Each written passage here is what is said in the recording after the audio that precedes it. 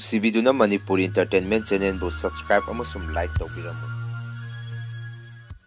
ꯃꯌꯥꯝꯕꯨ ꯑꯍꯥꯟꯕꯃꯛꯇꯗꯤ ꯀꯣꯛꯅꯣꯅ ꯈꯣꯏꯔꯝꯖꯔꯤ ꯉꯁꯤꯁꯨ ꯑꯩꯒꯤ ꯅꯨꯡꯁꯤꯖꯔꯕ ꯁꯕꯁꯀ꯭ꯔꯥꯏꯕꯔꯁꯤꯡꯅ ꯍꯥꯞꯄꯤꯔꯛꯄ ꯑꯁꯦꯡꯕ ꯊꯣꯛꯈꯤꯕ ꯋꯥꯔꯤ ꯑꯃ ꯃꯌꯥꯝꯒꯤꯗꯃꯛꯇ ꯄꯨꯗꯨꯅ ꯂꯥꯛꯆꯔꯤ ꯋꯥꯔꯤ ꯑꯁꯤꯕꯨ ꯂꯥꯟꯊꯣꯛꯆꯈꯤꯕ ꯃꯇꯝꯗ ꯁꯣꯏꯈꯤꯕ ꯂꯥꯟꯈꯤꯕ ꯌꯥꯎꯔꯕꯁꯨ ꯃꯌꯥꯝꯗ ꯉꯥꯛꯄꯤꯅꯕ ꯍꯥꯏꯖꯔꯤ ꯐꯔꯦ ꯑꯗꯨꯗꯤ ꯃꯌꯥꯝ ꯋꯥꯔꯤ ꯑꯁꯤ ꯍꯧꯅꯕ ꯇꯧꯖꯔꯒꯦ ꯋꯥꯔꯤ ꯑꯁꯤ ꯉꯁꯤꯗꯒꯤ ꯃꯇꯝ ꯀꯨꯏꯔꯕꯒꯤ ꯃꯃꯥꯡ ꯍꯥꯏꯕꯗꯤ ꯆꯍꯤ 10ꯃꯨꯛꯀꯤ ꯃꯃꯥꯡꯗ ꯑꯩꯅ ꯂꯩꯔꯤꯕ ꯂꯝ ꯑꯁꯤꯗ ꯑꯁꯦꯡꯕ ꯑꯣꯏꯅ ꯊꯣꯛꯈꯤꯕ ꯊꯧꯗꯣꯛ ꯑꯃꯒꯤ ꯋꯥꯔꯤꯅꯤ ꯃꯇꯝ ꯑꯗꯨꯗ ꯑꯩꯅ ꯍꯧꯖꯤꯛ ꯂꯩꯔꯤꯕ ꯌꯨꯝꯏꯪꯈꯣꯜ ꯑꯁꯤꯒꯤ ꯅꯥꯛꯀꯤ ꯑꯁꯤ ꯋꯥꯔꯛ ꯃꯣꯡꯁꯣꯡ ꯉꯥꯛꯇ ꯑꯣꯏꯔꯝꯃꯤ ꯑꯩꯈꯣꯏꯒꯤ ꯂꯝ ꯑꯁꯤꯁꯨ ꯐꯥꯎꯗꯣꯛ ꯐꯥꯎꯖꯤꯟ ꯇꯧꯕ ꯌꯥꯕ ꯍꯥꯏꯕꯗꯤ ꯂꯝ ꯑꯃꯒ ꯑꯃꯒ ꯏꯁꯝꯗ ꯁꯝꯅꯕ ꯃꯐꯝ ꯖꯒꯥ ꯑꯃ ꯑꯣꯏ ꯃꯇꯝ ꯑꯗꯨꯗ ꯂꯧꯕꯨꯛ ꯂꯝꯍꯥꯡ ꯉꯥꯛꯇꯁꯨ ꯑꯣꯏ ꯑꯗꯨꯕꯨ ꯍꯧꯖꯤꯛꯇꯤ ꯃꯇꯝꯒꯤ ꯃꯇꯨꯡ ꯏꯟꯅ ꯂꯝꯕꯦꯟ ꯁꯣꯔꯣꯛ ꯀꯣꯏꯂꯥꯁ ꯊꯥꯗꯨꯅ ꯅꯥꯟꯅ ꯁꯦꯝꯃꯛꯄꯗꯒꯤ ꯂꯝꯗꯒꯤ ꯃꯤ ꯍꯣꯡꯀꯠꯂꯛꯄ ꯆꯥꯡꯁꯨ ꯁꯨꯝ ꯍꯦꯟꯀꯠꯂꯛꯈꯤ ꯃꯇꯝ ꯑꯗꯨꯗ ꯑꯩꯁꯨ ꯏꯃꯥꯒ ꯑꯩꯈꯣꯏ ꯂꯧꯕꯨꯛꯇ ꯂꯩꯔꯝꯃꯤ ꯑꯩꯒꯤ ꯆꯍꯤꯁꯨ 10ꯃꯨꯛꯇ ꯁꯨꯕꯗ ꯉꯥꯏꯔꯤ ꯇꯟꯖꯥ ꯑꯗꯨꯗ ꯒꯥꯔꯤ ꯇꯥꯇꯥ ꯑꯃ ꯌꯥꯝꯅ ꯀꯟꯅ ꯑꯩꯈꯣꯏꯒꯤ ꯌꯨꯝꯒꯤ ꯅꯥꯀꯟ ꯂꯧꯕꯨꯛ ꯂꯩꯕ ꯑꯗꯣꯝꯗ ꯊꯧꯗꯈꯤ ꯕꯕꯥꯅꯗꯤ ꯅꯟ ꯃꯅꯤꯄꯨꯔꯤ ꯈꯔꯁꯨ ꯇꯣꯡꯈꯤꯕ ꯎꯏ ꯊꯕꯛ ꯁꯨꯅꯕ ꯄꯨꯕ ꯑꯣꯏꯔꯤꯅꯤ ꯍꯥꯏꯔꯛꯈꯤ ꯑꯗꯨꯕꯨ ꯑꯉꯛꯄꯅꯤ ꯉꯥꯏꯍꯥꯛ ꯂꯩꯔꯒꯗꯤ ꯅꯣꯡꯃꯩ ꯃꯈꯣꯟ ꯈꯔ ꯇꯥꯔꯛꯈꯤ ꯃꯈꯣꯜ ꯑꯗꯨ ꯍꯦꯛ ꯇꯥꯔꯛꯄꯗ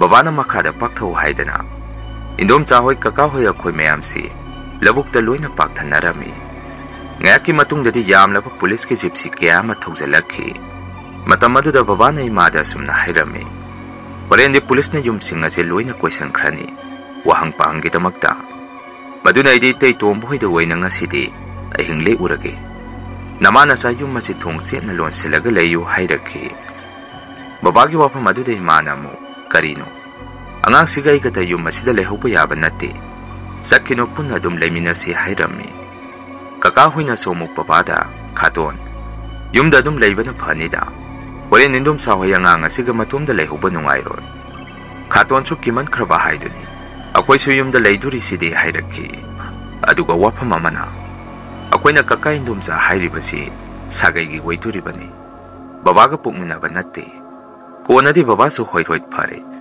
ꯃꯑꯣꯡ ꯌꯦꯡꯕ ꯍꯥꯏꯗꯨꯅꯤ ꯈꯨꯝꯃꯛꯈꯤ ꯃꯁꯤꯒꯤ ꯃꯇꯨꯡ ꯅꯣꯡꯃꯩ ꯃꯈꯣꯟ ꯇꯥꯔꯛꯈꯤꯕ ꯃꯥꯏꯀꯩ ꯑꯗꯣꯝꯗ ꯆꯪꯁꯟꯗꯨꯅ ꯌꯦꯡꯉꯨꯕ ꯃꯇꯝꯗꯗꯤ ꯅꯟ ꯃꯅꯤꯄꯨꯔꯤ 5 ꯑꯩꯈꯣꯏꯒꯤ ꯌꯨꯝꯒꯤ ꯅꯥꯀꯟ ꯂꯧꯕꯨꯛ ꯑꯗꯨꯗ ꯇꯥꯗꯨꯅ ꯁꯤꯔꯒ ꯂꯩꯔꯝꯈꯤ ꯉꯥꯏꯍꯥꯛ ꯂꯩꯔꯒꯗꯤ ꯑꯁꯤꯕꯁꯤꯡ ꯑꯗꯨ ꯄꯨꯂꯤꯁꯅ ꯃꯈꯣꯏꯒꯤ ꯒꯥꯔꯤꯗ ꯍꯥꯞꯄꯒ ꯄꯨꯗꯨꯅ ꯆꯠꯈꯤ ꯃꯁꯤꯒꯤ ꯃꯇꯨꯡ ꯅꯨꯃꯤꯗꯥꯡꯒꯤ ꯃꯇꯝ ꯌꯧꯔꯛꯄꯗ ꯑꯩꯈꯣꯏꯁꯨ ꯆꯥꯛ ꯆꯥꯅꯕ ꯕꯕꯥꯒ ꯑꯩꯒ ꯆꯥꯛꯈꯨꯝ ꯃꯥꯡꯗ ꯏꯃꯥꯅ ꯆꯥꯛ ꯊꯥꯡꯇꯣꯔꯛꯄ ꯉꯥꯏꯗꯨꯅ ꯂꯩ ꯆꯥꯛ ꯍꯦꯛ ꯇꯣꯛꯄꯒꯗꯤ ꯕꯕꯥꯅ ꯑꯃꯨꯛ ꯇꯨꯝꯅꯕ ꯇꯧꯔꯣ ꯃꯄꯥꯟꯗ ꯊꯣꯛꯎꯔꯅꯨ ꯍꯥꯏꯔꯛꯄꯗꯒꯤ ꯏꯃꯥꯁꯨ ꯀꯣꯜꯂꯤꯛꯇꯣ ꯍꯌꯦꯡ ꯑꯌꯨꯛ ꯑꯣꯏꯅ ꯐꯦꯡꯉꯒꯦ ꯍꯥꯏꯔꯝꯗꯨꯅ ꯑꯩꯈꯣꯏꯁꯦ ꯐꯃꯨꯡꯗ ꯀꯥꯟꯅꯔꯝꯃꯤ ꯃꯇꯝ ꯑꯗꯨꯗ ꯒꯥꯔꯤ ꯑꯃ ꯌꯥꯝꯅ ꯀꯟꯅ ꯊꯧꯔꯒ ꯑꯩꯈꯣꯏꯒꯤ ꯊꯣꯡꯒꯥꯟ ꯒꯦꯠ ꯑꯗꯨ ꯂꯥꯟꯗꯨꯅ ꯆꯠꯈꯤ ꯉꯥꯏꯍꯥꯛ ꯂꯩꯔꯒꯗꯤ ꯉꯥꯏꯍꯥꯛꯀꯤ ꯃꯃꯥꯡꯗ ꯀꯟꯅ ꯊꯧꯈꯤꯕ ꯒꯥꯔꯤ ꯑꯗꯨ ꯇꯥꯟꯅꯔꯛꯄꯗꯧꯅ ꯒꯥꯔꯤ ꯈꯔ ꯑꯃꯁꯨ ꯀꯟꯅ ꯊꯧꯈꯤ ꯃꯗꯨꯗ ꯕꯕꯥꯅꯗꯤ ꯏꯃꯥꯒ ꯑꯩꯒꯗ ꯁꯨꯝꯅ ꯍꯥꯏꯔꯛꯈꯤ ꯄꯨꯂꯤꯁꯅ ꯃꯤ ꯇꯥꯟꯅꯕ ꯑꯣꯏꯔꯝꯒꯅꯤ ꯅꯃꯥꯅꯆꯥꯗꯤ ꯇꯨꯝꯃꯨ ꯑꯩꯗꯤ ꯉꯥꯏꯍꯥꯛ ꯂꯩꯔꯒ ꯇꯨꯝꯒꯦ ꯍꯥꯏꯔꯛꯈꯤ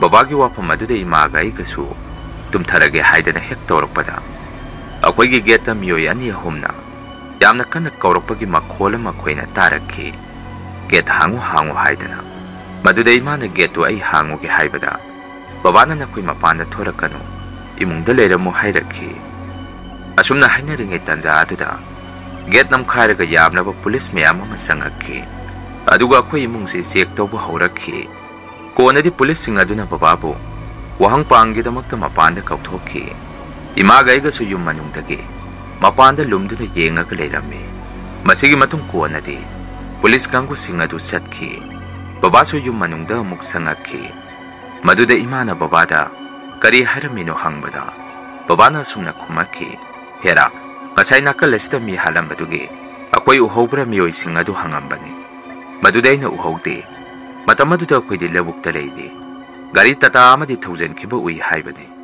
ꯃꯗꯨꯗꯒꯤ ꯌꯥꯔꯦ ꯍꯥꯏꯔꯝꯗꯨꯅ ꯆꯠꯈ꯭ꯔꯦ ꯍꯥꯏꯔꯛꯈꯤ ꯅꯨꯃꯤꯠ ꯑꯗꯨꯁꯨ ꯏꯃꯥꯒ ꯕꯕꯥꯒꯗꯤ ꯄꯨꯂꯤꯁꯁꯤꯡ ꯑꯗꯨ ꯑꯃꯨꯛ ꯍꯜꯂꯛꯈꯤꯗ꯭ꯔꯥ ꯈꯟꯗꯨꯅ ꯑꯍꯤꯡꯗ ꯈꯔ ꯇꯨꯝꯕꯣꯏ ꯇꯨꯝꯗꯕꯣꯏ ꯇꯧꯗꯨꯅ ꯂꯩ ꯑꯗꯨꯕꯨ ꯑꯩꯗꯤ ꯑꯗꯨꯝ ꯇꯨꯝꯊꯔꯝꯃꯤ ꯅꯣꯡ ꯍꯦꯛ ꯉꯥꯟꯕꯒꯗꯤ ꯑꯩꯈꯣꯏ ꯑꯗꯥꯏꯗ ꯑꯃꯨꯛ ꯄꯨꯂꯤꯁ ꯃꯌꯥꯝ ꯑꯃ ꯂꯥꯛꯇꯨꯅ ꯌꯨꯝꯊꯣꯡ ꯈꯨꯗꯤꯡꯒꯤ ꯆꯪꯗꯨꯅ ꯆꯦꯛ ꯇꯧꯕ ꯍꯧꯔꯛꯈꯤ ꯅꯨꯃꯤꯗꯥꯡ ꯋꯥꯏꯔꯝ ꯍꯦꯛ ꯇꯥꯔꯛꯄꯒꯁꯨ Puliksingna baba hoy kaka hoy wahang panggidamakta puduna satki.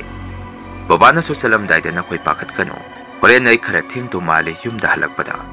Natraga nungalaga halagpasuyay hayramki. Masigi matungay suwaygi kada larik pato na layrami. Ima na sak thongbagi sakumlom da layki. Matamaduda ko'y yunggi yan nakaromda. Miyoy amak kudung siyan ki bagi makola may nataraki. Makola do hektarak pada iso. Imagi nakta siyan salami. Imaso sakum da sak thongdo na layrami. Aduga ingon da kaydawra ki hangaki. Ay namu ima da ima.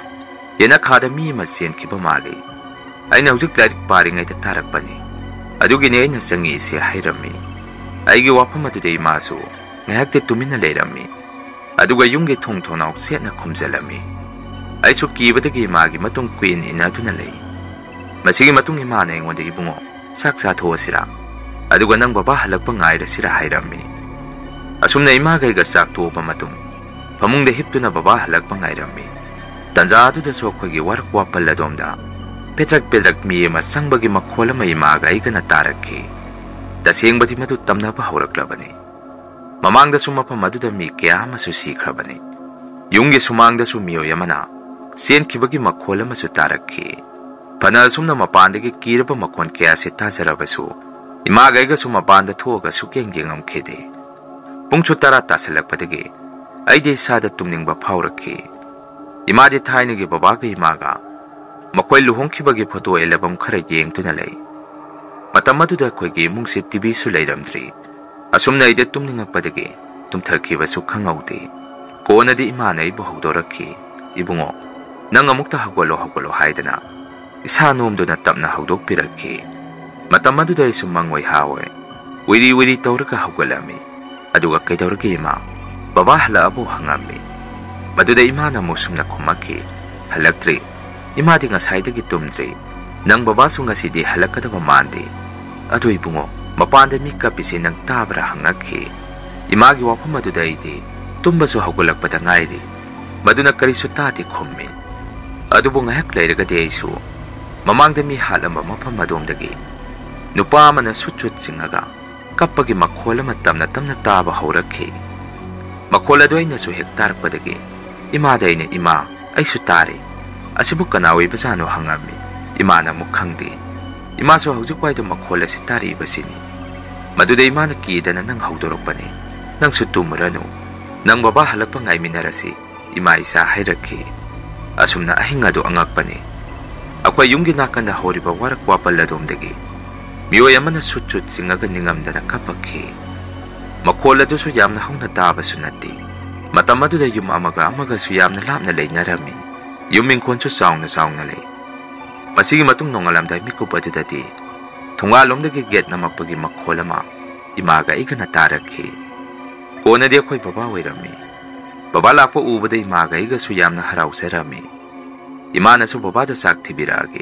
Sak saro hay rami. Babana muksararon, nung sungan ka dore. Nung alagoy na saksatong baduay na pazana sarage.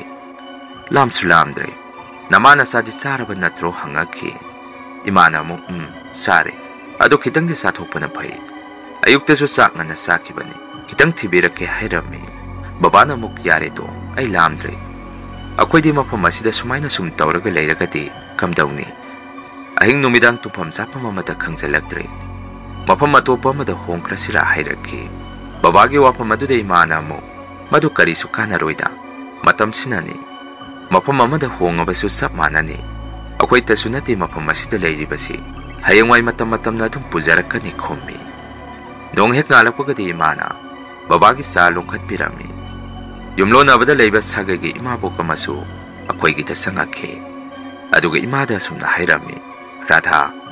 Ngarang din ako'y asumdagi. Mi kapag makwantay hay, isasing na. Nuy di tada bro hangaki. Maduda imaso tuminalay. Babaso mapanda tabayin kang numdo nalay. Imabok iwapo maduda iso tabadagi.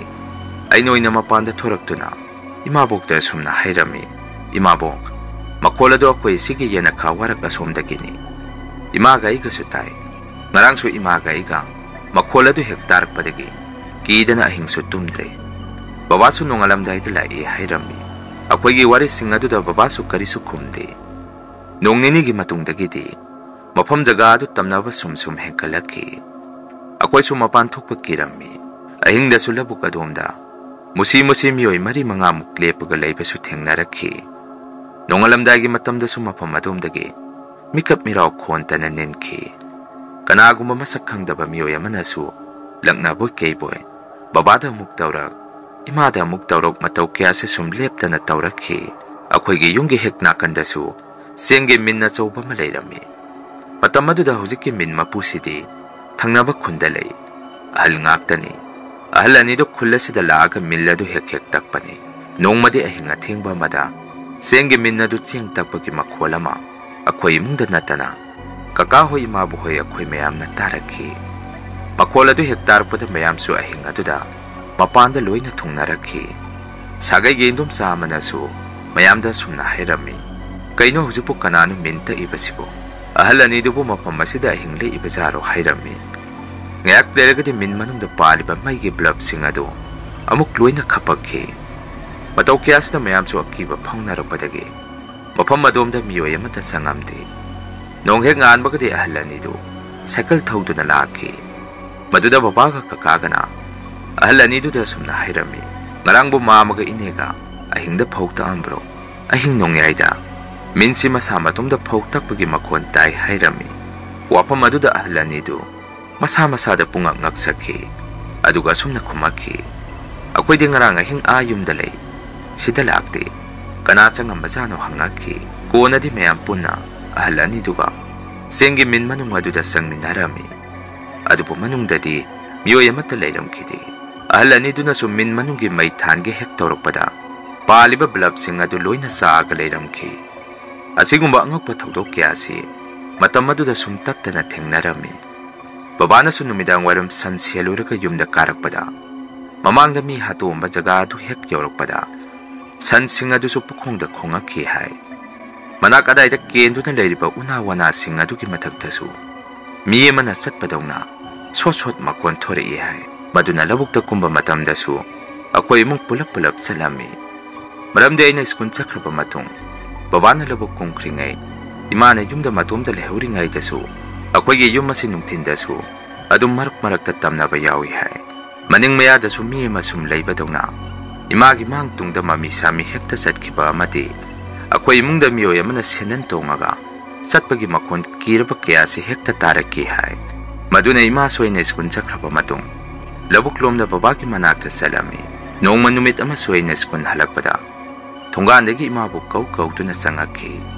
Naan kay di ima sayna skun halakpa matam yawrakadi labuktagi yumda karaktuna laybani. Adubo numit adude su thongandagi ima layrumgani khanduna thongandagi imabu kaw-kawtuna sum sangakpada akoygi yum manungdagi miyoy khara murung wari sanaba makhon khara ayna tarakhi. Madudai so akoy imabu hoy laktuna imaga wari watay sariboy ningduna ima ihale saklame kari layge hangami. Adubo imati kari su khumakhide ay su manungda tamna sangduna ka khudingi imabu laybra haidana sangduna yengami. Kona di miyoy amata laybagi mawong uraktabadagi ay su kidana mapanda hathuatu senthoraki. Matam aduda ima su thungalomdagi sangakhi. Ima ubada su ayna ima nang karayda saluge hojik ngahakki mamangda yum manungda murung mi laybadogna makhola matay sangaga yengubada su kanasu hek layramdi. Hayang khaydi ay skun hek khalakpaga yumda sangaro labukromda adum kumage aduga noiga pulap yumda sangminarasi hairami. Aygi wapam aduda imana mo sumna hairaki nate bungo skun halabadi yumda adum sangakadabani. Ima su ngasidi labukta sang napi khara tharambani maduda khara thengtokre. Hayang khaydi ima yumda layramage hairaki. Numitugi ahing adusu babada maningda khung hamba sangubada amang sang adugi mayada musi mi manba khara makoy masen tasanarga lepaga layrami hai. Madudagi babasu makuta pairba ising batil adu makhada thadaramaka imungda kanna senselakhi. Imaga aigadasu amang sang mayada lehore haidana babadu masada humang kangba makai sor thabet honduna paukta makhi.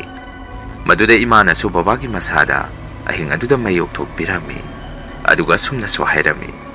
Hayang khayda numidanga thengara khong hamba sangbada makhet kumba amana jaga du hana khetu ꯑꯗꯨꯒ ꯆꯪꯕꯤꯌꯨ ꯍꯥꯏꯔꯝꯃꯤ꯫ ꯇꯁꯦꯡꯕꯗꯤ ꯃꯇꯝ ꯑꯗꯨꯗ ꯑꯃꯥꯡꯁꯪ ꯈꯣꯡ ꯍꯥꯝꯐꯝꯁꯤ ꯌꯨꯝ ꯈꯨꯗꯤꯡꯒꯤ ꯑꯅꯝꯕꯅ ꯌꯨꯝꯗꯒꯤ ꯂꯥꯞꯅ ꯎꯔꯛ ꯋꯥꯔꯛꯇ ꯁꯥꯟꯅꯔꯝꯃꯤ꯫ ꯍꯧꯖꯤꯛꯇꯕꯨ ꯃꯐꯝ ꯖꯒꯥ ꯂꯩꯅꯗꯕꯅ ꯌꯨꯝꯒ ꯅꯛꯅ ꯁꯥꯕꯒꯤ ꯋꯥꯅꯤ꯫ ꯑꯁꯨꯝꯅ ꯃꯇꯝ ꯑꯗꯨꯗ ꯑꯩꯈꯣꯏꯒꯤ ꯏꯃꯨꯡꯁꯤ ꯑꯀꯤꯕ ꯃꯇꯧ ꯀꯌꯥꯁꯤ ꯃꯥꯌꯣꯛꯅꯗꯨꯅ ꯂꯥꯛꯈꯤ꯫ ꯍꯧꯖꯤꯛ ꯋꯥꯏꯗ ꯑꯩꯈꯣꯏꯅ ꯅꯨꯄꯤ ꯑꯉꯥꯡ ꯊꯤꯔꯕ ꯃꯇꯨꯡ ꯑꯍꯜ ꯂꯃꯟꯁꯤꯡꯅ ꯍꯥꯏꯕꯗ ꯊꯥꯏꯅ ꯃꯇꯝ ꯑꯗꯨꯗ ꯇꯝꯅꯔꯤꯕꯗꯨ ꯑꯇꯩ ꯀꯔꯤꯒꯤꯁꯨ ꯅꯠꯇꯦ ꯍꯥꯏ꯫ ꯃꯔꯝꯗꯤ ꯃꯇꯝ ꯑꯗꯨꯗ ꯁꯤꯈ꯭ꯔꯤꯕꯗꯨ ꯃꯌꯥꯡ ꯃꯆꯥ ꯉꯥꯛꯇ ꯑꯣꯏꯕꯅ ꯁꯤꯔꯤꯕ ꯃꯐꯝ ꯑꯗꯨꯗ ꯂꯥꯏꯇꯤꯟ ꯐꯖꯅ ꯈꯣꯏꯔꯝꯗꯕꯒꯤꯅꯤ ꯍꯥꯏ꯫ ꯍꯧꯖꯤꯛꯐꯥꯎ ꯃꯐꯝ ꯖꯒꯥ ꯑꯗꯨ ꯏꯁꯨꯛ ꯁꯣꯛꯑꯒ ꯂꯩ꯫ ꯃꯤ ꯆꯪꯕ ꯀꯤꯅꯔꯤ꯫ ꯃꯇꯝ ꯑꯗꯨꯗ ꯂꯩꯈꯤꯕ ꯆꯤꯡꯒꯤ ꯃꯤꯟ ꯃꯄꯥ ꯑꯗꯨꯁꯨ ꯍꯧꯖꯤꯛꯇꯤ ꯑꯣꯏꯜ ꯄꯝ ꯑꯃ ꯁꯥꯗꯨꯅ ꯂꯩꯈ꯭ꯔꯦ꯫ ꯑꯩꯈꯣꯏꯒꯤ ꯏꯃꯨꯡꯁꯨ ꯍꯧꯖꯤꯛꯀꯤ ꯑꯣꯏꯅꯗꯤ ꯀꯔꯤꯁꯨ ꯊꯣꯏꯗꯣꯛꯄ ꯀꯤꯕꯗꯤ ꯇꯧꯈꯤꯗ꯭ꯔꯦ꯫ ꯃꯁꯤꯅꯤ ꯃꯌꯥꯝ ꯉꯁꯤꯒꯤ ꯔꯤꯌꯦꯜ ꯍꯣꯔꯔ ꯁ꯭ꯇꯣꯔꯤ꯫ ꯃꯊꯪꯒꯤ ꯋꯥꯔꯤ ꯊꯥꯒꯠꯂꯛꯄꯗ ꯃꯌꯥꯝ ꯄꯨꯟꯅ ꯑꯃꯨꯛ ꯊꯦꯡꯅꯔꯁꯤ꯫ ꯉꯁꯤꯒꯤꯗꯤ ꯃꯌꯥꯝꯗꯒꯤ ꯀꯥꯏꯅꯅꯕ ꯕꯤꯗꯥꯏ ꯂꯧꯖꯔꯤ꯫